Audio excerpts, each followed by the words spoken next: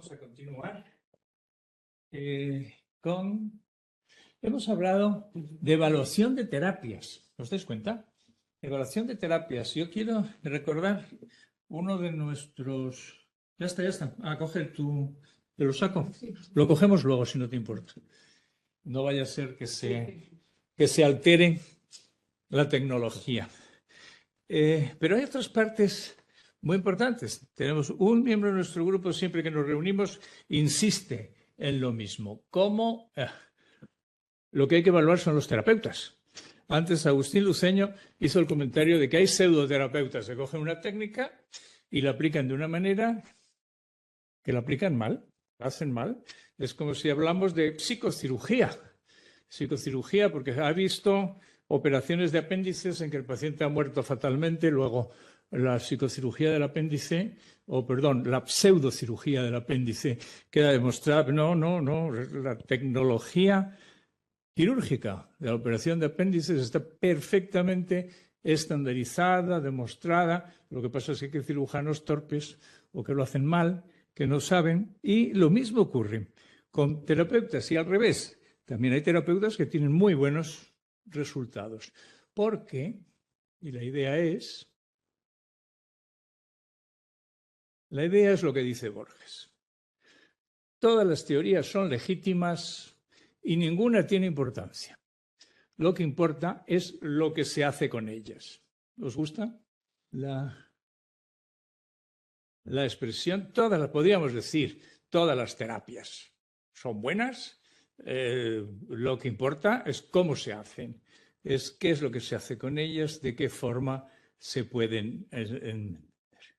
Hay uno, Charles Ricroft, en un libro sobre la ansiedad, dice una cosa muy bonita, porque está hablando de las distintas técnicas para medir la ansiedad, las distintas técnicas para tratarlas, y dice los caracteres obsesivos encuentran que las teorías psicológicas que están muy fundamentadas en los análisis estadísticos son fascinantes, son muy interesantes. O sea, si te gustan las técnicas cuantitativas de números y datos y ponerlo todo en cifras y hacer análisis estadístico, puede ser que eres un gran científico, también puede ser que te gustan mucho más los números que las personas, te manejas así muy bien. Me parece una observación un poco interesante. Y Joe Paris, que fue compañero mío en McGill, fue profesor mío realmente, era un poco mayor que yo, en McGill University, y entonces hizo un trabajo muy bonito diciendo que la personalidad del psiquiatra influye la orientación terapéutica que elige. Estamos hablando de una época, ahora en psicoterapias vivimos una época muy interesante, muy especial, que podemos llamarla una época integrativa. Hemos pasado una época ecléctica, en que ecléctica quiere decir que uno utiliza lo que funciona sin preocuparse de si lo dijo Freud o lo dijo Alan Watts. Da igual, si funciona, funciona. Y integrativo quiere decir que además de utilizar técnicas distintas, procuramos tener una teoría conceptual que explique por qué funcionan, etc. Eso es la psicoterapia integrativa, que me pareció ver antes en el listado que presentó Agustín Luceño, que estaba incluido entre las técnicas para evaluar. Bueno, pero en aquella época había psiquiatras que querían hacer. Estoy hablando del año 75, fue una época muy importante en la psiquiatría porque apenas había psicofármacos. El desarrollo de los psicofármacos en los últimos años ha sido fastuoso. Hemos pasado la década del cerebro. Pero entonces no, había pocos psicofármacos, muy venenosos, poco eficaces, y nos basábamos fundamentalmente en la psicoterapia.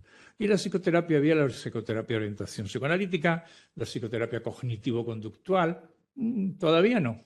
La psicoterapia cognitivo-conductual vino un poquito más tarde, pero ya existía la psicoterapia cognitiva de Aaron Beck, existía la psicoterapia o la terapia conductista, etc.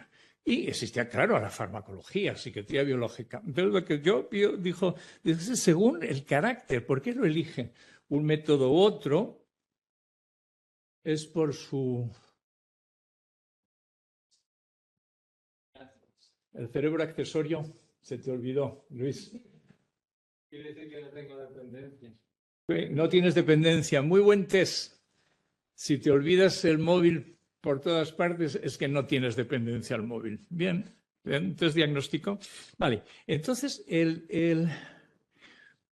yo seguí estudiando la línea de Joe Paris y entonces hicimos otra cosa. Yo era presidente de la Asociación de Médicos Residentes, en aquella época, médicos residentes en psiquiatría. Y hice un estudio que dice más o menos que los factores emocionales en la formación del psiquiatra no son favorables para formar una visión científica del mundo. Y la psiquiatría tiene el peligro de convertirse en una constelación de creencias más que en una disciplina unitaria. ¿Qué os parece? ¿Estaréis de acuerdo? Podemos decir lo mismo de la psicología. Podemos decir lo mismo de que tomamos actitudes teóricas más por motivos emocionales que por motivos, digamos, científicos. Y uno de los factores era que la identificación con un maestro puede jugar un papel en el aprendizaje de los aspectos artísticos de la psicoterapia. Nadie puede decir, sin reírse, que la psicoterapia es una ciencia exacta. Cabe discutir si es una ciencia. Bueno, es una ciencia gracias a esos caracteres obsesivos que han hecho cuestionarios para medirlo todo. Nosotros tenemos dos cuestionarios, que es el de psicopatología. Uno es el SCL-90, que fue adaptado por mi grupo al español, que se utiliza mucho, y otro es más nuevo, que es el LSB-50, que son cuestionarios objetivos de psicopatología. ¿Qué quiere decir que son objetivos? Mentira, no son objetivos, porque si yo estoy ansioso, o si estoy cansado, o si me duele la cabeza, eso no es objetivo, es subjetivo. Vosotros sabéis que yo estoy ansioso porque os lo digo. Digo, estoy ansioso, estoy triste, doctor, estoy muy triste. ¿Cómo sé que estás muy triste? Porque me lo has dicho. Pero entonces viene una cosa muy bonita, que es la objetivación de lo subjetivo. Es decir, vale, escala Likert. Se llama así porque la inventó un señor que se llama Likert. Y dice, vamos a ver, en una escala, 0, no te duele la cabeza, nada. Y 7, un dolor de cabeza que no se puede aguantar, que estás al borde del suicidio, de lo terrible que es. Ponme un número en esta lista. Depresión, estoy muy triste, ¿vale? Del 1 al 5 o al 7, o según. Márcame, o unos más bonitos todavía. Esta es una línea y entonces mueve el cursor hasta el punto en el que a ti te parece que se puede medir el síntoma en cuestión. Hemos objetivado la psicopatología. ¿Os cuenta qué bonito? O sea, no, sigue siendo subjetivo, pero ya le podemos dar un número, ya estamos tranquilos, ya tenemos un número. Digo, cuando empezamos la terapia estaba muy triste y cuando acabamos estoy bastante contento. No. Lo que pasa es que en depresión puntuabas 7 cuando empezamos y ahora puntúas 2. Luego, objetiva y estadísticamente has mejorado. Quiero que tengáis eso en mente porque hay un gap entre lo que es la experiencia personal que uno vive y lo que es la demostración científica objetiva cuantitativa. Bueno, pues uno de los factores importantes en qué terapia quiero hacer y a qué me quiero dedicar es la influencia del maestro, con el cual uno se identifica y aprende y eso, bien, esto y hace falta. Yo empecé de formación como residente en psiquiatría. En Montreal, una parte muy importante en aquellas épocas era el psicoanálisis, era la psicoterapia por antonomasia, la más especial, la que más... Era dificilísimo entrar en el Instituto de Psicoanálisis, estaban súper seleccionados los candidatos y eso tiene importancia, porque quiere decir que la gente que se metía a psicoanalista eran residentes que tenían pues, altas capacidades, alto funcionamiento y que curiosamente eran muy buenos también en otros aspectos de la psiquiatría. Entonces ahí tuvimos un maestro que se llamaba Aufreiter, Hans Aufreiter, alemán, hablaba con un acento alemán muy bueno y decía, para ser un buen psicoanalista, pues podríamos decir, para ser un buen psicoterapeuta, para ser un buen médico, para ser un buen psicólogo clínico, tienes 3 condiciones. Tienes que ser una buena persona, te tiene que gustar la gente y es muy bueno que sepas algo. Eso lo ponía en tercer lugar. Hay que saber algo, pero las dos primeras cualidades, lo decía muy serio, muy convencido. Entonces, vamos a ponerlo un poco más académico. ¿Qué es ser buena persona? Ser buena persona es tener una actitud terapéutica. Ser buena persona es amar la vida. ¿Saben que hay una cosa? Erich Fromm, ¿os suena? Erich Fromm. Erich Fromm clasificó dos tendencias humanas, dos características, dos cualidades humanas, podemos decir. Una la llamó biofilia, que es que te gusta la vida. Te gustan las plantas, te gusta la gente, te gusta... Claro, pero la biofilia es muy molesta porque los animales hacen lo que quieren, los humanos no digamos, es bastante incontrolable la vida, pero te gusta la vida. ¿Os acordáis de Jurassic Park? Cuando dice, no hay peligro porque los dinosaurios no se van a reproducir, por no sé qué, y el protagonista dice, la vida encuentra camino y se sale de tus proyectos. Es impredecible, incontrolable, pero hay gente que le gusta la vida, biófilos. Y luego hay la otra variable del que habló, era los tanatófilos. No es que les guste la muerte, o sea, no es que quieran matar a nadie, es que lo que les gusta es lo no vivo, lo inanimado. Si yo tengo mucha biofilia, es posible que a la hora de decidir mi profesión quiera hacerme médico, psicólogo, veterinario, biólogo, que son las cosas que me gusta estudiar. Si tengo un aspecto tanatófilo, que no tiene nada que ver con la muerte, sino que me gusta lo no vivo, lo mecánico, pues es posible que me interese la informática, el automovilismo, la ingeniería. Está estudiado. Eso está estudiado. Han hecho test entre universidades y han visto que hay distintos rasgos psicológicos que determinan el estudio. Segundo paso, habilidad técnica, que le guste a la gente. Habilidad técnica realmente es cómo tratar a los demás. Hay gente que tiene una gran habilidad para tratar a la gente. Hay personas que naturalmente están dotadas de nacimiento con una gran capacidad interpersonal. Hay otras que menos, pero importante, se puede aprender. Se puede aprender, se puede desarrollar la técnica. Una técnica es un procedimiento que produce un resultado. La finalidad de la técnica es no necesitar la técnica. La finalidad de una intervención técnica es que al final la haces tan bien y forma tanta parte de tu naturaleza que ya te sales solo, ya forma parte de tu vida. Y finalmente, claro, lo que decía el saber algo, conocimiento teórico, hay que estar formado en una escuela. ¿Os dais cuenta? Entonces, ahí encontré un estudio de un tal Van der Bos, antiguo, de la época. Y entonces ellos descubrieron un factor psicológico, empleaban test como el MMPI, el TAT y algunos otros más.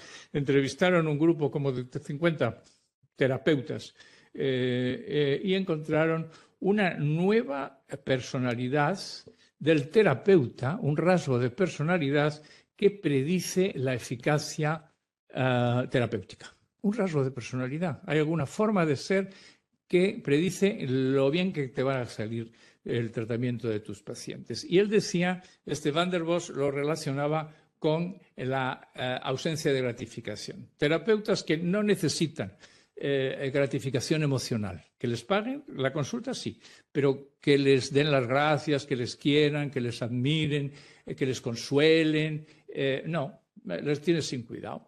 Obtienen mejores resultados que los terapeutas que dependen de sus pacientes.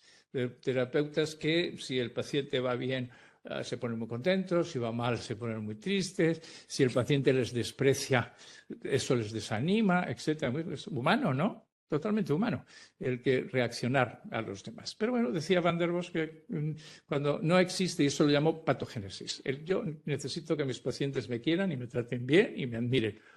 Eso lo clasificó como baja relación con el terapeuta. Hay otro estudio más reciente que dice los rasgos de personalidad del terapeuta predicen el resultado de los tratamientos psicológicos. Ahí estudian un grupo muy grande, estudian dos grupos, estudian psicoterapeutas, psiquiatras, psicoterapeutas y psicólogos, psicoterapeutas, y estudian otro grupo muy interesante, que esto es en este grupo de donde estos son brasileños, me parece.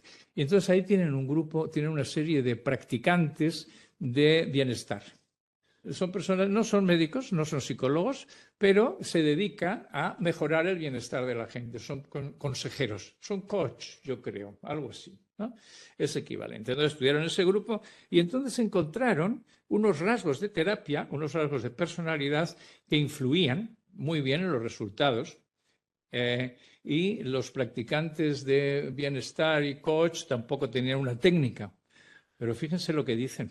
La experiencia clínica, la competencia técnica y la capacidad reflectiva de reflexionar influencian poco o nada en el resultado del tratamiento.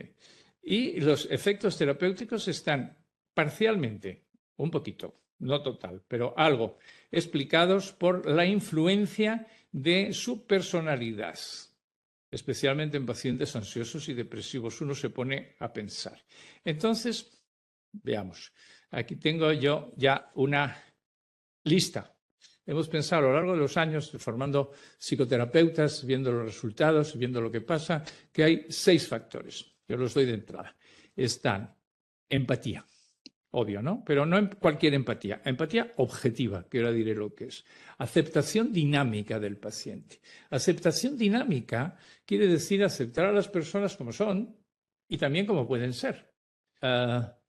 Tolerancia de la ansiedad, apertura mental, capacidad de entender cosas a las que uno no está acostumbrado a entender, no gratificación emocional, que ya lo dijo Van der Waals, que tú no necesitas a tus pacientes. Es tu trabajo, es tu oficio, te dedicas a eso, te gusta hacerlo, vives de ello. Si estás en la privada te paga el paciente, si estás en la pública te paga el Estado, pero es tu trabajo y tienes que vivir de algo, pero no necesitas gratificarte emocionalmente. No necesitas que te traten bien. Y la motivación creativa. Vamos a verlas una por una.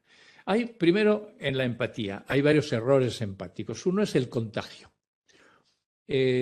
Una cosa es contagiarse de los sentimientos del paciente y otra cosa es darte cuenta de cuáles son los sentimientos del paciente. Darte cuenta, hay una empatía que llaman racional, por lógica. Viendo la cara que pones y cómo te mueves, yo deduzco que debes estar nervioso. Bien. Y luego hay otra empatía, que es la buena, digamos, que es la que consideramos empatía, que es la emocional, que es que tú sientes de alguna manera extra parasensorial, de una especie de quinto sentido, sientes y te das cuenta de lo que siente el paciente. Ahora ya sabemos que eso tiene una base biológica que se llaman las neuronas espejo y que hay una serie de neuronas que captan el comportamiento, la actitud de otra persona y la reproducen en ti mismo. Digamos, empatía realmente no es saber lo que siente el paciente, es más bien saber lo que sientes tú para comportarte como el paciente. ¿Se dan cuenta? Realmente no estamos entrando parapsicológicamente en la mente de nadie. Simplemente estamos sabiendo, tal y como él habla, se mueve, dice, gesticula, como respira, cantidad de pequeñísimos indicios subliminales. Eso nuestro cerebro lo está captando y está creando un estado mental, psicológico, que corresponde a esa actitud. Hay una cosa muy bonita que se llama la vergüenza ajena. ¿Os suena? Es precioso la vergüenza ajena, porque eso es empatía. Eso quiere decir, si yo estuviera haciendo lo que está haciendo esta persona, sentiría una vergüenza horrible, pero él claramente está desinhibido, no siente vergüenza, no estoy captando su sentimiento, estoy identificando lo que yo sentiría si sintiera lo que. Bueno, y eso da fácilmente lugar al contagio emocional, que es creerte que tu sentimiento. Hay algunas personas especiales en producir abducción emocional, que son los psicópatas. Los psicópatas tienen mucha empatía. Es decir, saben muy bien tu punto débil, saben muy bien qué es lo que estás sintiendo en cada momento. Lo que pasa es que no lo utilizan para ayudar, como los terapeutas, lo utilizan para aprovecharse. Tienen empatía. Se dice que los psicópatas no tienen empatía. Lo que no tienen es compasión. Lo que no tienen es ganas de ayudar a nadie, sino todo lo contrario, de aprovecharse. Pero necesitan saber sus sentimientos para poder manipularlos sentimentalmente. Personas tóxicas, que es lo mismo que los psicópatas, pero sin querer. Identificación proyectiva, que es un... Bueno, y luego está la diferencia entre simpatía y empatía. La simpatía siento lo mismo que tú. Cuando vas a un funeral del padre de un amigo, le dices, te acompaño en el sentimiento. Lo cual no es solamente una fórmula, sino es verdad. Estoy sintiendo lo mismo que tú. te acompaño en el sentimiento. Me he contagiado a gusto y aposta y porque te quiero. Esa es la simpatía. Sentir lo mismo que otra persona de corazón. Y la empatía no. La empatía es sé lo que sientes y vamos a ver cómo te ayudo a que ese sentimiento te venga bien. ¿Entendéis? Entonces ahí definamos empatía objetiva. Empatía es ponerse en el lugar del otro, una reproducción interna del mundo del otro, sentir los sentimientos ajenos, siento tu sentimiento, me doy cuenta de lo que sientes. Y hay otro concepto que es nuevo, lo he creado yo hace unos cuantos años, para contrarrestar, hay que aprenderlo, la empatía es natural. Uno tiene empatía y la puede desarrollar, se puede entrenar, se puede aprender, puede mejorar, pero naces con ella.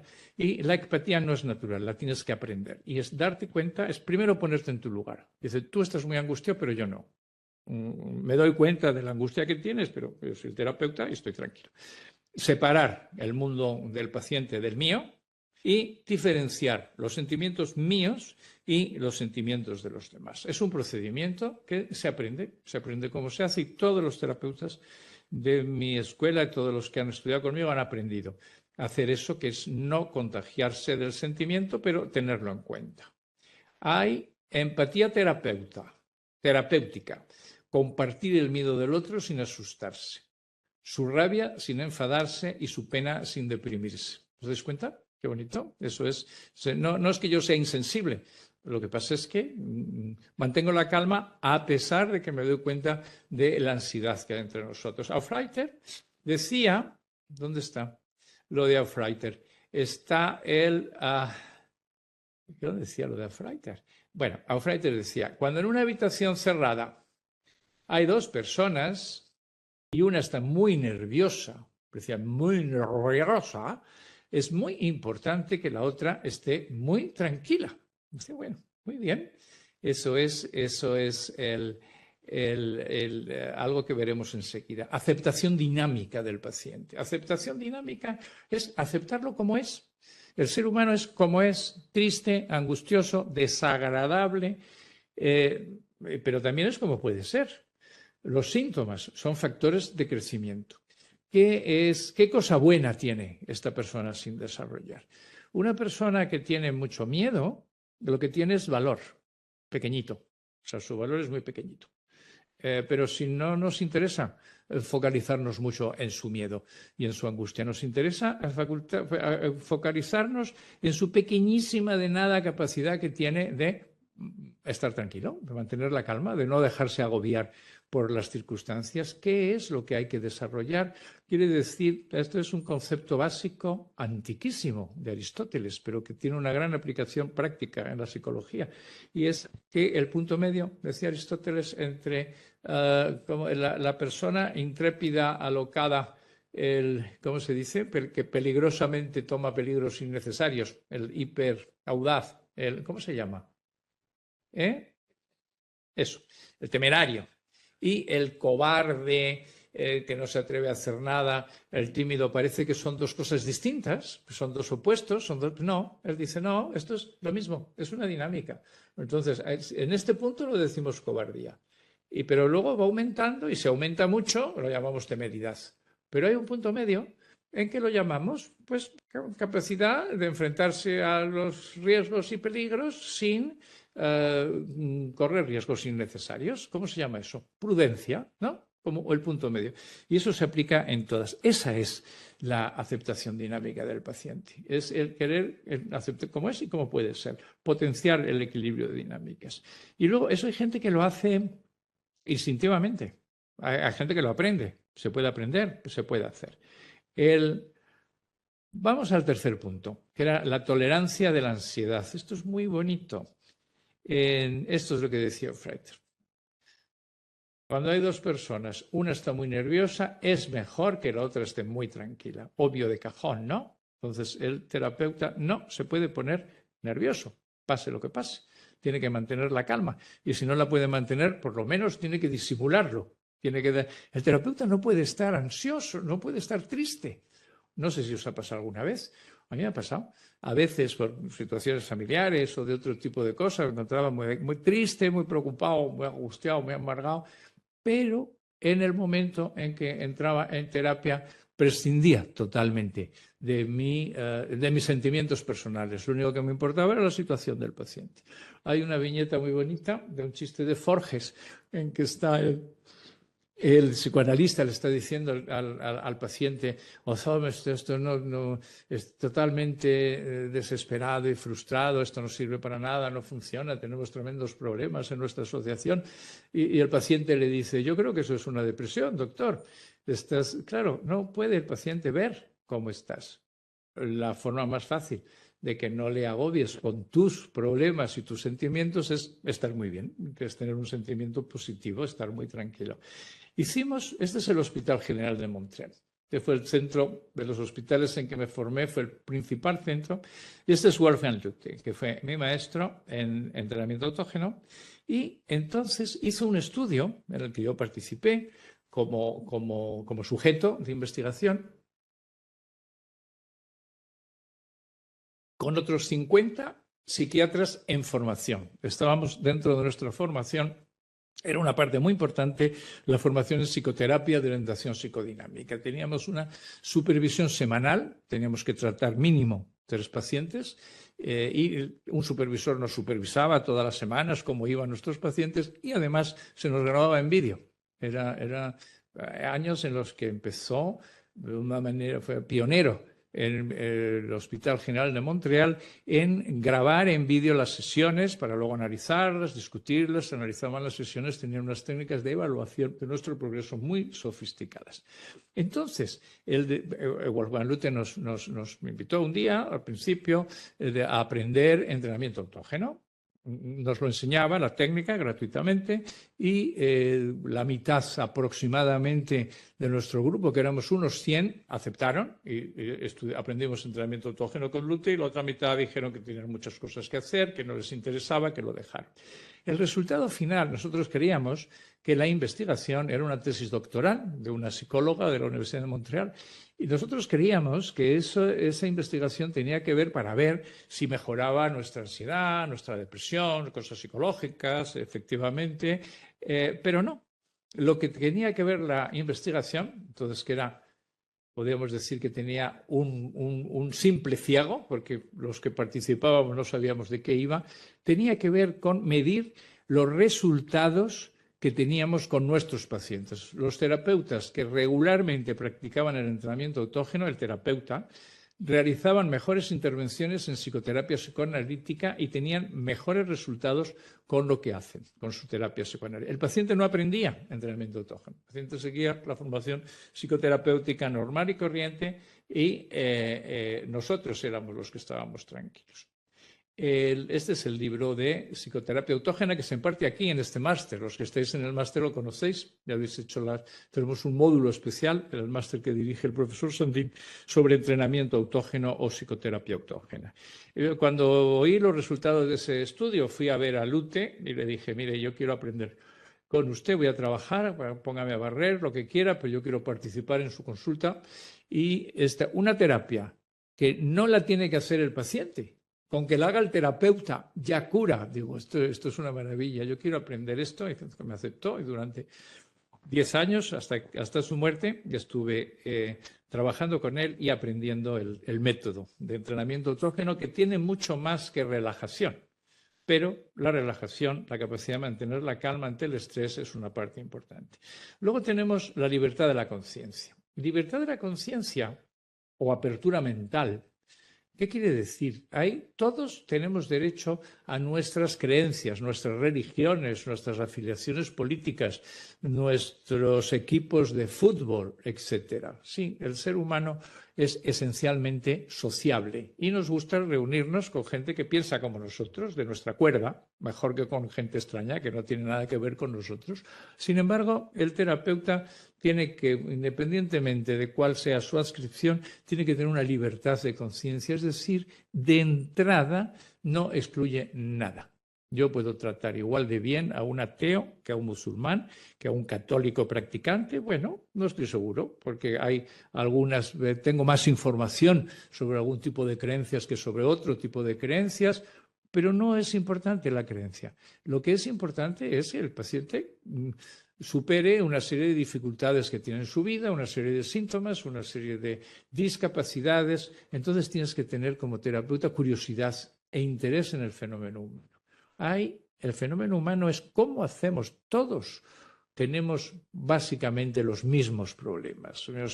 Quiénes somos, de dónde venimos, qué va a pasar, qué ocurre después de la muerte, qué ocurrió antes de nacer. Bueno, eso no le interesa a nadie, pero un paciente mío me lo dijo una vez diciendo, ya sé lo que pasa cuando te mueres. ¿Así? ¿Y qué pasa? Dice, vuelves al mismo sitio en el que estabas antes de nacer. Me pareció, me lo he adoptado, me he grabado. Esa creencia me parece muy bonita, ¿no? Bueno, ya, sitio conocido. Pero la existencia nos hace iguales, básicamente, lo esencial. Hay detalles y nos tenemos que saber manejar con ellos sin discutir. No hay que demostrar nada. Toda intervención es un test de hipótesis. ¿Qué quiere decir? Test de hipótesis es que si yo le digo algo a un paciente, lo que estoy haciendo es una hipótesis de que eso que estoy haciendo y que estoy diciendo le va a sentar bien, pero no lo sé, lo tengo que ver. Eso de la evaluación de la eficacia de la psicoterapia es continua. Estamos haciendo una evolución continuada, minuto a minuto, sesión a sesión, encuentro a encuentro. Sin estadística precisa. Tenemos que hacer estadística precisa para explicárselo a los demás y para que los demás nos crean y para tener evidencia, de alta evidencia. Pero en la práctica clínica tenemos que funcionar con una hipótesis. No se puede decir, ¿cómo era? Hay una expresión que es el paciente resistente a la terapia. Resistente a la terapia no, que no estás haciendo lo que él pueda aceptar y lo que él pueda seguir. Resistente a la terapia, la culpa es del paciente. No, la culpa no es de nadie, realmente. Pero una terapia es la idea, hay una intervención que pensamos que va a ser eficaz, la hacemos y vemos si es eficaz. Y tolerancia a la ambigüedad y a la incertidumbre. Nunca sabes bien qué es lo que va a pasar. Lo estoy saltando un poco para mantenerme en tiempo y vamos a la no gratificación emocional. Ahí tenéis lo del estudio de Van der Bos, que este es, y básicamente quiere decir que el terapeuta tiene o dos cosas, o tiene que tener una vida muy organizada y muy satisfactoria, a que no esté tremendamente preocupado por problemas económicos y familiares, y que cuando llegue a la terapia cuando llegue a su trabajo tenga la mente libre y no necesite que el paciente le anime, ni le apoye, ni le distraiga. No hace falta, le está muy bien.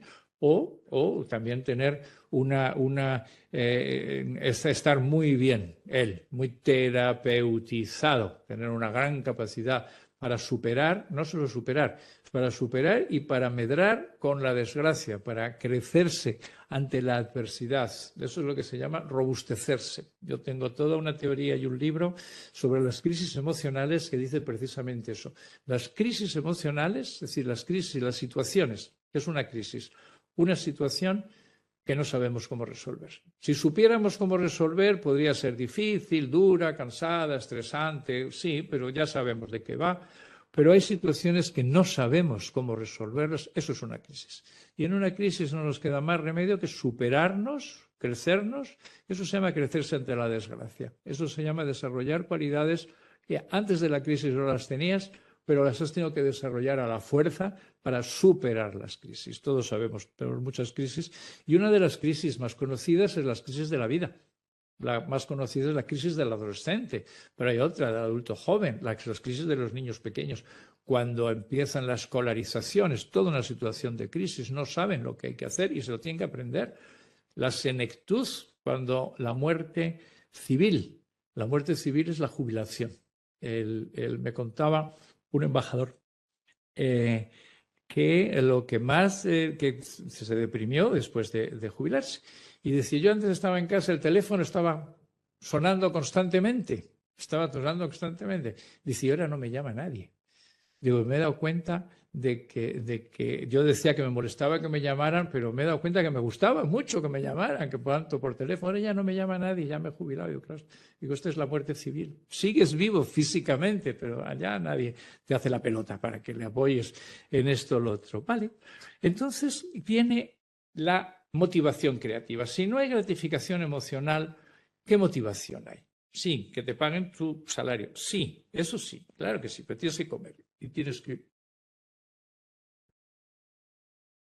responder ante tus compromisos, como todo el mundo. Pero aparte de eso, no es solamente eso, hay una satisfacción. Todo terapeuta se da cuenta que se lo pasa bien haciendo su trabajo, que le gusta hacerlo. Y primero hay biofilia, te gusta la vida. Estrategias y las astucias humanas para adaptarse y para superar son interesantísimas, lo que hace la gente. Es muy interesante, porque hay curiosidad y exploración. ¿Cómo te lo tomas eso? Es que no hay que esperar antes de decirle al paciente qué es lo que tienes que hacer para no estar triste y deja de concentrarte en tus pensamientos negativos y que sí, bueno, habrá que decirse en algún momento, pero antes de eso, entérate cómo haces para ponerte triste. A veces lo pregunto, digo yo, ¿cómo te sientes? Me dicen mal. Digo, ya, no te gusta cómo te sientes, pero no te preguntaba eso.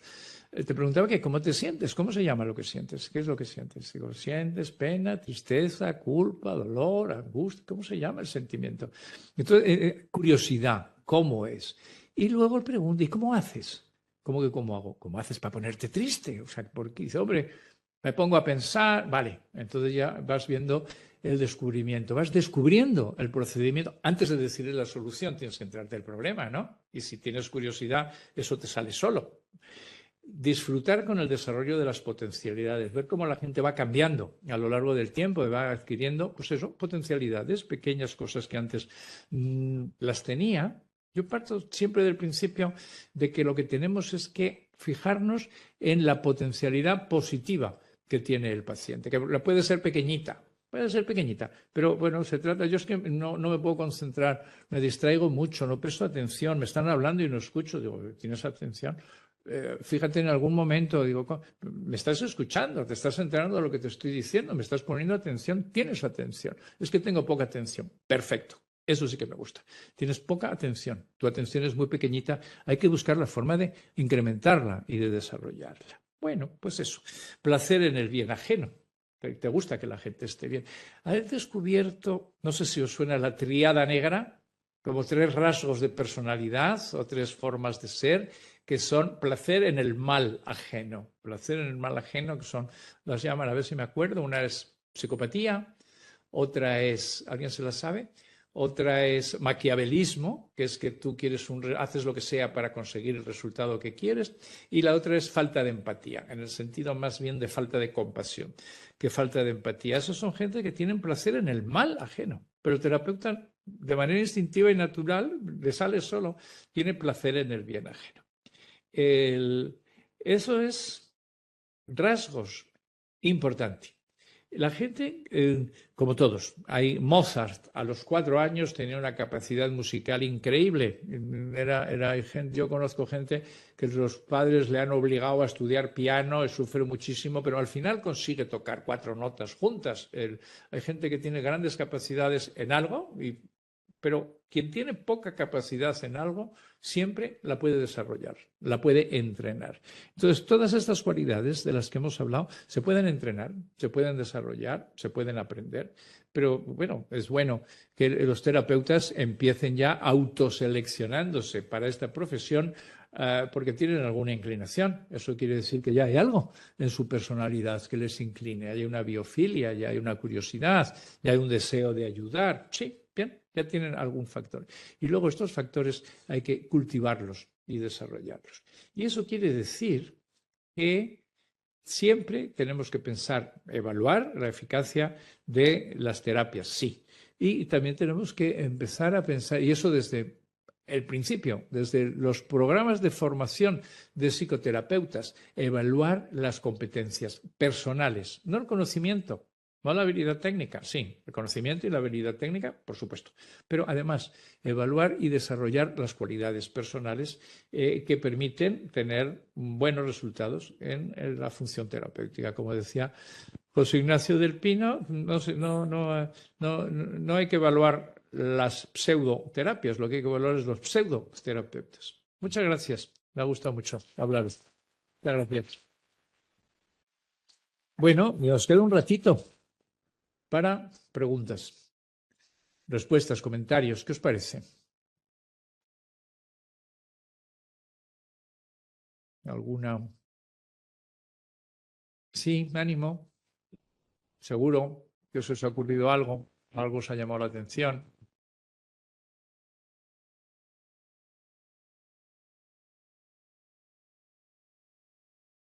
Eduardo, ¿no tienes una pregunta preparada, pensada?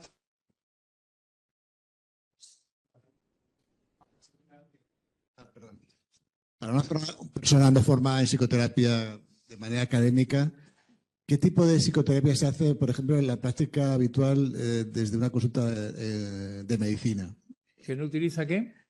Pongamos un médico de familia o un internista que está en su consulta atendiendo pacientes orientado a la parte médica, al cuerpo. ¿Qué tipo de psicoterapia de alguna manera puede estar haciendo? Muy buena pregunta. Ahí se ha hablado desde hace mucho tiempo de lo que se llama la relación médico-enfermo, que es el llevarse bien con los enfermos, que los enfermos se lleven bien contigo. La relación médico-enfermo es una especie de alianza terapéutica inespecífica, es una psicoterapia inespecífica en el sentido que es que la mentalidad y la actitud del médico influye favorablemente al paciente. Hace poco acabo de publicar un libro que se llama El amor según los médicos. Bonito título, ¿verdad? Y que es mi conferencia de ingreso en una sociedad que es la Asociación Española de Médicos Escritores, de artistas. Entonces, eso cataloga algo más fuera de la ciencia clínica y más dentro de lo que podríamos llamar el arte médico. ¿Cuál es el arte médico? ¿Estás bueno? Pues entonces primero, el amor nos interesa a los médicos.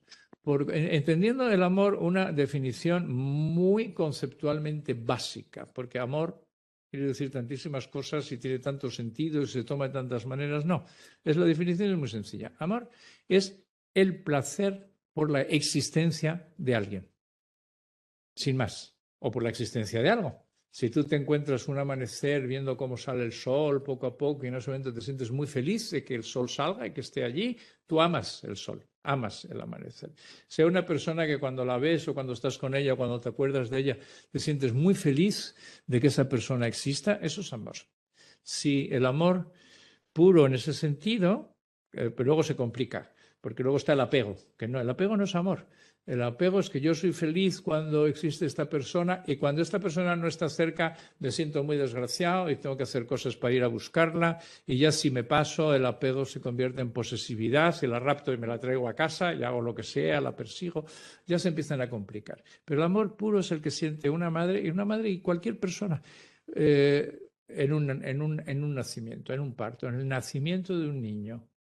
No sé si habéis tenido esa experiencia. A mí me impresionó mucho estudiando medicina ya y luego estaba el nacimiento de todos mis hijos y siempre sentí la misma cosa, que es como una emoción especial de que exista ese ser humano.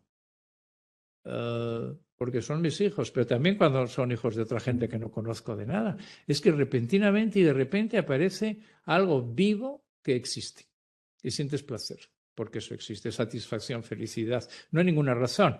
Porque está sucio, se mueve, llora, no crea más que problemas. No es un amor razonable, no es un amor condicionado, es porque sí, felicidad por la existencia de algo. Ese es el primer paso, ese amor. Y entonces el médico tiene ese amor, el médico de medicina familiar o de cualquier intervención, lo primero que siente es amor por su paciente en ese sentido. Me siento feliz de que exista mi paciente, esta persona. Esta persona está llena de problemas y de complicaciones y de cosas. Entonces, el segundo paso es que cuando eres feliz por la existencia de alguien, obviamente, cuanto mejor sea esa existencia, más feliz vas a ser. hay una discusión con respecto de la compasión, que dice, bueno, la compasión, ¿cómo vas a ser feliz por que alguien que está sufriendo y que está triste y que tiene un problema pulmonar y que tose y que cómo te va a hacer feliz? No, te hace feliz que esa persona exista con todos sus problemas y todas sus desgracias. Te haría más feliz que existiera mejor, es decir, que no tuviera esos hándicaps, esos sacrificios, esas cosas. Pero todo tiene que ver con la aceptación dinámica. Aceptación. Esa es una psicoterapia inespecífica general propia del médico básico. Eso hay que, bueno, yo creo que todos los médicos lo tenéis y que y además se desarrolla progresivamente con la práctica. ¿Cuáles son los enemigos? En ese libro que te digo hay 3 aspectos. Uno, ¿qué es el amor en general? ¿Cómo es? Segundo, la patología del amor. Ahí viene cuando el amor se convierte en dependencia, cuando el amor se convierte en obsesión, cuando el amor se convierte en trabas que impiden el desarrollo personal, etc. Semiología del amor se llama. Y luego viene el tercer aspecto, que es el amor terapéutico, el eros terapéutico. Eso es una palabra que creó Alberto Seguín, un psiquiatra peruano, y hablaba del eros terapéutico, que es esa capacidad que tiene el médico de que con su sola presencia y actitud ya el paciente se siente mejor. De eso se habla desde los tiempos de Hipócrates, y eso ya lo describe Maimónides, habla también de eso. Paracelso, que decía, el secreto de la medicina es el amor, pero no están refiriendo al concepto vulgar de amor, están refiriéndose a ese aspecto de la felicidad por la existencia de algo y, obviamente, felicidad por la vida. Amas la vida. Amas a la gente, a las personas concretas que son encarnaciones temporales de la vida. Y amas tu profesión, tu arte, que es el arte de hacer que estas existencias sean mejores. Entonces es el amor terapéutico. Los médicos que tienen esa actitud, ese amor terapéutico, solo con eso ya ejercen una psicoterapia específica sin técnica. Tienen las 2 cualidades primeras de un Freiter. Si además de eso sabes algo, lo que sea, mucho mejor. Igual esa habilidad habría que educarla y reconocerla de alguna manera. En la habilidad psicoterapéutica de un médico ante su paciente, habría que educar a ese profesional y reconocer también que está haciendo esa psicoterapia específica, porque de alguna manera o de otra la está haciendo, bien o mal. Sí. Entonces, habría que procurar que la hiciera bien. Esa es una cosa que quizás en las facultades de medicina habría que empezar a hacer. Hay una cosa, ahora que hablas de la medicina, hay un problema muy gordo, y es que para todo esto que estamos hablando de transmitir tu empatía y entender su angustia y que él comprenda que esa angustia se puede vivir con serenidad, es decir, sin tanta angustia, hace falta tiempo. Y los médicos tienen muy poco tiempo para atender a los pacientes, por lo menos en la medicina oficial, en la medicina del Sistema Nacional de Salud. Yo digo que hay muchos cursos, seminarios y cosas de estas sobre humanización de la medicina. ¿Cuántos médicos hay aquí? Para que yo me haga idea. Estamos en relativa minoría, pero los demás todos conocéis a los médicos desde el otro lado, desde el lado de enfermos, ¿no? Y los médicos lo conocemos desde los 2 lados. Bueno, la humanización de la medicina empieza por la humanización de los gestores. Hay que humanizar a los gestores médicos y hay que humanizar a los organizadores de la asistencia médica. Humanizar quiere decir que se tienen que dar cuenta de que en 7 minutos no se te pueden pedir grandes logros. Bastante es con que no tengas un ataque de nervios y no te pongas a gritar y mantengas la serenidad y el comportamiento profesional y todo eso. Yo creo que eso es importante y me asombra, bueno, aprovecho para decirlo, es que me asombra que no se haya estudiado más, los condicionantes. El médico tiene que estar a gusto para poder hacer su trabajo. Es decir, no tiene que estar preocupado por problemas secundarios de que no le funciona el ordenador, que la enfermera no le ha venido, que que se le está acumulando y que tiene cola de pacientes que además, como se retrase mucho porque está atendiendo a un paciente en condiciones, los demás pacientes le van a poner una reclamación y una queja porque les ha hecho esperar para atenderlos. Eso aprovecho para decirlo, eso hay que mirarlo. Bien, Bonifacio. Bueno, José Luis, mira, algo tenía que decirte, pero como es tan tarde, tampoco quería yo alargar y va a ser muy breve, pero sobre todo primero te quería felicitar por la excelente conferencia que nos has dado, muy clara, por eso que dudas no te voy a plantear ninguna. Me ha quedado clarísimo y además te felicito sobre todo porque has abordado un tema que hoy día está muy mal, muy poco tratado y muy olvidado. Yo diría es el tema olvidado de la psiquiatría y de la psicología clínica, sobre todo de la psicología clínica, que conozco más. Solo un pequeño comentario. Mira, en psicología hay una tendencia ya desde hace años que a mí me parece muy buena, muy hacia lo objetivo, con manuales paso a paso, terapia manualizada, sobre todo en terapia cognitivo-conductual, etc. Esto es muy importante para que un tratamiento que sea eficaz se pueda utilizar por otros terapeutas con unas pautas objetivas para que cada uno no haga lo que quiera. Claro, aquí en cierto modo se está olvidando un poco con este énfasis. El énfasis este es bueno, pero esto ha llevado a cierto olvido de lo que has enfatizado, es decir, el papel que tiene cada terapeuta. Y es verdad que aunque utilices un protocolo manualizado, pues no tiene el mismo efecto en uno que en otro. Las investigaciones a veces, lo que llaman compliance y tal, ¿verdad? Pues se examina, se evalúa en cierto modo. Pero hay diferencias entre que unos colaboran más, siguen la terapia, hay recaídas no en el sentido, abandonos, quiero decir, ¿no? Abandonos de la terapia, no recaídas en el problema. Y entonces eso es un tema que habría que equilibrar quizá. Yo no eliminaría, sino fomentaría lo de la manualización, es que es esencial. Es lo mismo que si en los nombres de los fármacos pues no está claro. Genéricos, no genéricos, pero no solo eso, sino que llevan otros nombres y a veces mezclan y no sabes cuál es. Es decir, que va en esa línea de objetivar. Y luego hay otra cosa que cuando estabas hablando me acordé de ella y me parecía importante, y es lo del efecto placebo. Efecto placebo. Placebo. En psicología, hace unos años se armó un gran revuelo porque creo que vino de un psiquiatra americano que criticó la eficacia de las terapias psicológicas porque decía que era efecto placebo. Y entonces un grande de los grandes, que fue pues, presidente de la APA de Psicología de Estados Unidos, Alan Kazin, muy famoso, seguro que te suena, pues escribió un artículo y algunos más, ¿no? Y dijo, pues claro que sí, es que el efecto placebo es muy importante. Es que el efecto placebo no es algo negativo, es muy importante.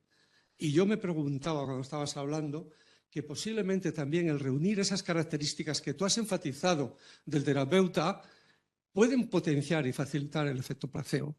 Nosotros, y el efecto placebo como algo positivo, lo llamamos así, efecto placebo, ¿o no? Bueno, sí. No quiero que yo te lo dejo en el aire un poco para que los asistentes comenten o, vamos, piensen en Me gusta mucho eso que has dicho, Boni. Estoy totalmente de acuerdo contigo en que el efecto placebo es el fenómeno más interesante y más importante de la medicina. En broma puedo decir que la casa farmacéutica que invente un buen placebo se harán millonarios, porque eso es el efecto placebo quiere decir que una sustancia inerte, que no ejerce ninguna función química, produce cambios, mejoras en la patología del paciente, es curativo. Eso está demostrado. Y en la depresión es el 30%, en los estudios farmacológicos del efecto placebo. Bueno, os diré una cosa, ¿sabes cómo son los estudios farmacológicos de eficacia de fármacos, no? Ves al paciente, yo he hecho varios estudios cuando era jefe de servicio en la Fundación Jiménez Díaz, hacíamos estudios sobre efectos de psicofármacos. Veíamos al paciente todas las semanas y le veíamos casi durante una hora. Bien es verdad que en esa hora estábamos ocupados rellenando cuestionarios, formularios, pero bueno, estábamos con él, le veíamos, le atendíamos y mejoraba, claro. Si ya lo demostré yo hace mucho tiempo, si los epilépticos temporales te reúnes con ellos y charlas una vez a la semana durante una hora, mejoran. Sí, cualquier persona, eso funciona. Eso es efecto placebo. También existe el efecto nocebo. Efecto nocebo es que una sustancia que no tuvimos, en uno de los estudios tuvimos un paciente que apareció por la noche en urgencias con síntomas, trastornos secundarios, vómitos, náuseas, de todo, le había sentado fatal. Y la pastilla que le habían dado, abrimos el sobre secreto donde dice a este paciente se le ha dado miga de pan, se le ha dado el placebo, ha tenido el efecto nocebo. Me parece que es importantísimo y que no está. No. Está esa actitud despectiva de decir, eso, efecto, ¿cómo que eso no es nada? El que haya intervenciones que no tienen eficacia y que tengan eficacia, eso quiere decir que la eficacia no es lo que tú te crees. La eficacia no es la pastilla. La eficacia es cómo se la das, cómo se la dices, la confianza en el médico, la fe en sí mismo, la creencia profunda. ¿Sabéis que hay otros estudios que están relacionados, que tienen que ver con la conciencia de las decisiones? Tú dices una cosa, tú decides, voy a estudiar esta carrera, voy a ir al cine, voy a llamar a fulanito. Tú lo decides, piensas que has tomado esa decisión conscientemente porque has querido. Bueno, pues los estudios de Libert, que fueron ya, y luego ha habido otros, dicen, antes de que tomes la decisión, tengo aquí un botón rojo, un botón verde y un botón azul, voy a apretar el azul. Quiero apretar el azul, aprieto el azul. Un segundo antes de que tomes la decisión, ha habido una zona del cerebro que no es la corteza, que se ha estimulado. Es decir, tomas, dicho de otra forma, las decisiones que tomas, eso se ha utilizado como para decir que no existe la libertad, que tenemos impulsos inconscientes que nos obligan o que nos dirigen o que nos llevan a hacer unas cosas u otras. Y luego razonamos después para justificar el impulso inconsciente, que es fundamentalmente sentimental. Eso es el efecto placebo. El efecto es un impulso inconsciente, es algo, de alguna manera hay algo lo más profundo de tu cerebro que dice que vas a bajar el cortisol o que vas a aumentar la no sé qué, pero no lo sabes. Y la explicación que te dan es porque me han dado esa pastilla o porque es efecto placebo. Es muy importante el efecto placebo. Si alguien dice que las intervenciones psicológicas son efecto placebo, es una cuestión de definición. Definición de qué es el efecto placebo. El efecto placebo viene de placer, de dar gusto. Doctor, mándeme algo. No tengo, tómate, con este caramelo te vas a curar. Y si se lo dices con suficiente convicción para que le presente lo más profundo del subconsciente, el caramelo le cura. Funciona el efecto placebo.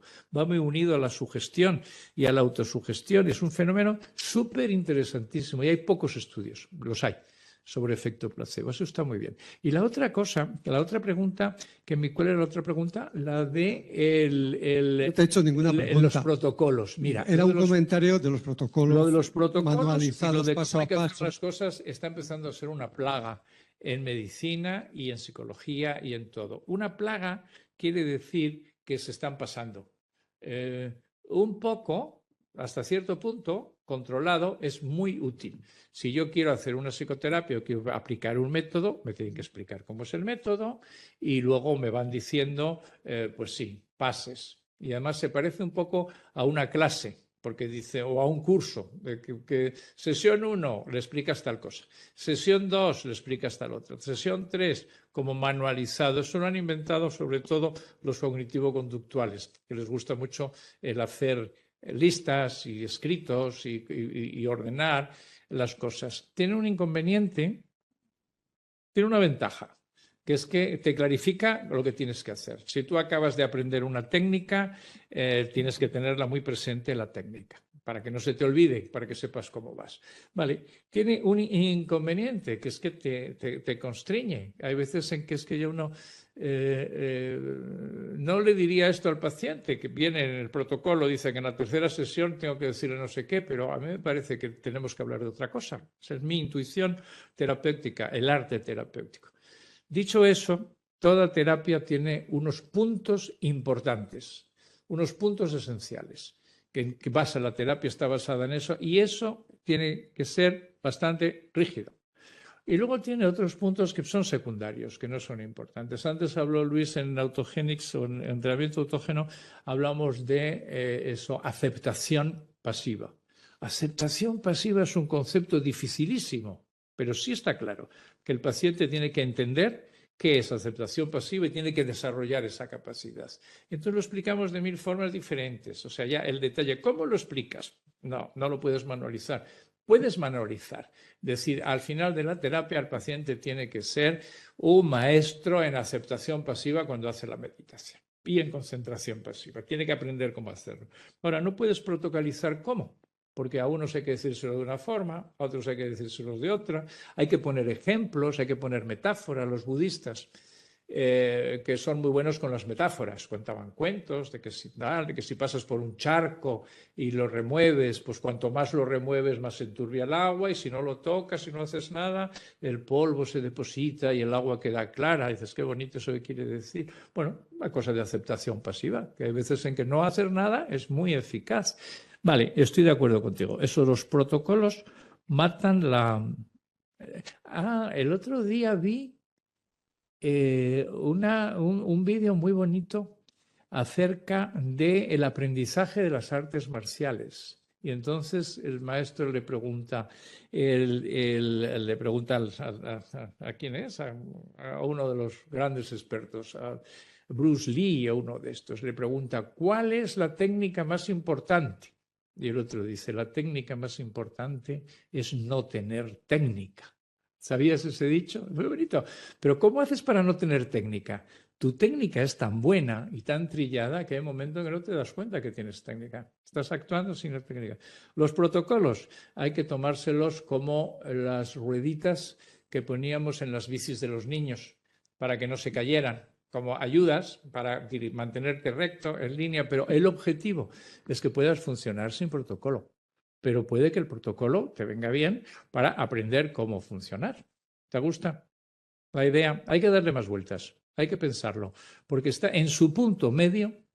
Yo creo que tanto los protocolos, sí, hay que ver cómo encajan, cómo sacarles partido sin que produzcan problemas, y el efecto placebo, yo creo que hay que cambiarlo de nombre, porque ya ha cogido mal nombre. El efecto placebo es como dar gusto al paciente para que se calle. Pero es el fenómeno más importante, más interesante y menos estudiado, no solo en psicología sanitaria o en psicología clínica, en toda la medicina en general. Gracias por la pregunta. ¿Alguien quiere preguntar más? Veo movimientos de caras de decir algo, pero si está, adelante. Es la última pregunta, porque se nos ha pasado la hora y nadie me ha dicho nada, pero sospecho que se querrán ir. A ver si la hago buena. Dice, vámonos, porque esta gente querrá. Bueno, ahora en verano tendremos muchos suplentes en el centro de salud y realmente trabajo yo todos los veranos. Entonces, lo primero que me fijo cuando entra el suplente es en su cordialidad. ¿El qué? La cordialidad. Sí. Entonces digo, a ver, si dice buenos días, buenas tardes, si entra por la puerta y no dice nada, a ver qué tarde vamos a tener. Entonces, sí que estuve leyendo hace mucho la cordialidad dentro de los rasgos de personalidad. No sé si puede decir algo. Antes ha explicado mucho. ¿Acerca de la cordialidad? Sí, como rasgo de personalidad del terapeuta. O sea, yo lo noto en muchos suplentes que yo no sé si es una falta de educación que tienen ahora los jóvenes que no saben saludar cuando entran en un sitio, y lo siguiente lo van a hacer con los pacientes, tampoco van a hacer esta relación de confianza, ¿no? El rapport que llamáis vosotros los psicólogos. Pero digo, ya no dice buenos días, ya vamos mal. Era un poco por aportar ahí este tema de la cordialidad, que había un tema que no me acuerdo dónde lo leí y me estaba acordando cuando usted hablaba de este otro rasgo. Sí. Y ya está. La cordialidad, bueno, es que eso pues, puedes hacerse de dos formas. Una es por educación y por obligación. Que te digan, siempre que entra un paciente le saluda y le da la mano. Se hace así. O por corazón. Cordialidad quiere decir que te sale del corazón, te sale del alma, es un sentimiento. Tienes un sentimiento que me alegro que haya venido. El que está aquí, bueno, es mi trabajo, me dedico a esto, tengo que estar aquí sentado, me fastidia tener que estar aquí de 8 a 5 o a 6 o no sé qué, porque tengo otras cosas que hacer, pero ya que estoy aquí lo voy a hacer bien y me gusta que usted haya venido, porque tengo interés en saber qué es lo que le pasa, de qué sufre, cuénteme, a ver cómo le ayudamos y todo eso. Eso es una actitud de cordialidad, es una actitud que depende dije antes, depende de un factor. Depende del factor de que la persona esté contenta. Es decir, si tú no estás a gusto contigo mismo, es muy difícil que estés a gusto con los demás. Si tú si tú das lo que tienes. Entonces, si yo tengo cordialidad porque me tratan cordialmente, pues yo entro a trabajar. Eduardo, doctor Eduardo, ¿qué eres tú?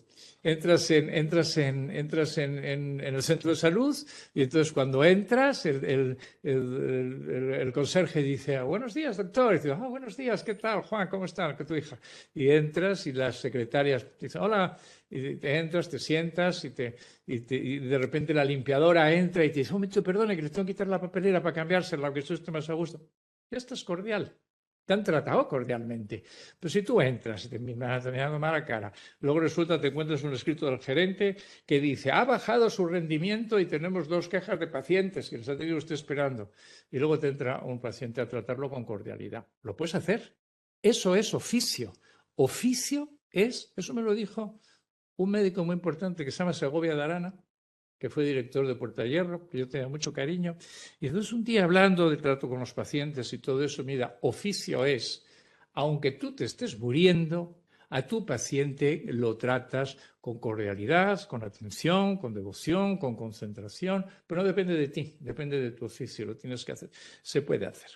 Se puede hacer y se puede hacer, se debe de hacer y tiene 2 factores. Uno, la educación, la preparación del médico, su conocimiento de que ese factor es importante, hay que hacerlo y lo haces, pero también el que a los médicos hay que tratarlos bien para que ellos tengan facilidad en tratar bien a los demás. Los puedes tratar a patadas y van a seguir tratando bien a las demás. Todo el sistema sanitario español está basado reposa en la vocación y en la abnegación de los sanitarios en general, médicos y enfermeras. Hay que decirlo bien claro, la gente lo tiene que saber y hay que pensar qué hacer, porque es la intervención política y la intervención de gestión no contribuye a que el sistema funcione bien desde el punto de vista humano, desde el punto de vista de la satisfacción del sanitario, del profesional y la satisfacción del enfermo. Luego hay otra cosa que siempre me ha intrigado y es que cuando tú vas al médico te das cuenta, el médico te mira, te saluda cordialmente a ser posible y todo eso, pero luego empieza a mirar su ordenador. ¿Se habéis dado cuenta de eso? El médico está pendiente del ordenador, del teclado, te mira, tú vas diciendo, y me duele mucho aquí, doctor, ay, cuando toso, noto. El paciente no te está mirando. Tú estás contando una cosa importante para ti. Perdón, el médico está escribiendo. Entonces yo siempre digo, una cosa tan fácil como aprender mecanografía. ¿Sabes lo que era? La mecanografía era el arte de escribir a máquina sin mirar al teclado y sin mirar al papel. Tenemos, a mí alguien me dice una palabra. Tú dime algo. Me dices, tos. Es una experiencia, sé lo que es una tos. Son unas imágenes, que TOS, que me las imagino en mi cabeza y ya. Pero si sé mecanografía, tos, además, es un movimiento de dedo. O sea, un dedo se va a la T, otro se va a la O, otro se va a la S. Es una habilidad nueva que adquieres, eso se puede adquirir. Toma 3 semanas. 1 hora al día durante 3 semanas, cualquier persona, incluso los médicos, pueden aprender a escribir sin mirar al teclado y sin mirar a la pantalla. Y yo lo hago. Yo cuando veo a un paciente nuevo y tomo la historia, estoy escribiendo lo que me está diciendo, pero mantengo el contacto visual y sigo la conversación, únicamente que se me mueven los dedos. No te queda perfecto, luego tienes que repasar porque alguna letra la has puesto mal. Esa es una intervención tonta, sencillísima, simplísima, que yo creo que mejoraría mucho la relación médico-enfermo y que el enfermo se sienta tratado con atención y con cordialidad. Y lo digo, pues no he oído que se le haya ocurrido a nadie. Eso son pequeños detalles que pueden producir grandes cambios. Luego, grandes teorías conceptuales de que es necesario humanizar la asistencia sanitaria, que sí, que es verdad. Y ahora viene la pregunta básica. Os recomiendo esta pregunta, guardárosla en vuestras mentes. ¿Cómo se hace? Siempre que alguien diga, hay que hacer no sé qué, es muy importante ser cordiales. Digo, ¿vale? ¿Cómo se hace lo de ser cordiales? ¿Cuál es el procedimiento? ¿Cómo se mejora? ¿Cómo se hace? Esa es la idea. Bueno, nada más. Ha sido un gran placer estar con vosotros, francamente, y tenemos que terminar antes de que nos dejen encerrados aquí, porque ya nos hemos pasado de la hora. Muchas gracias. Y sabéis que esto queda grabado, o sea que lo podremos repasar.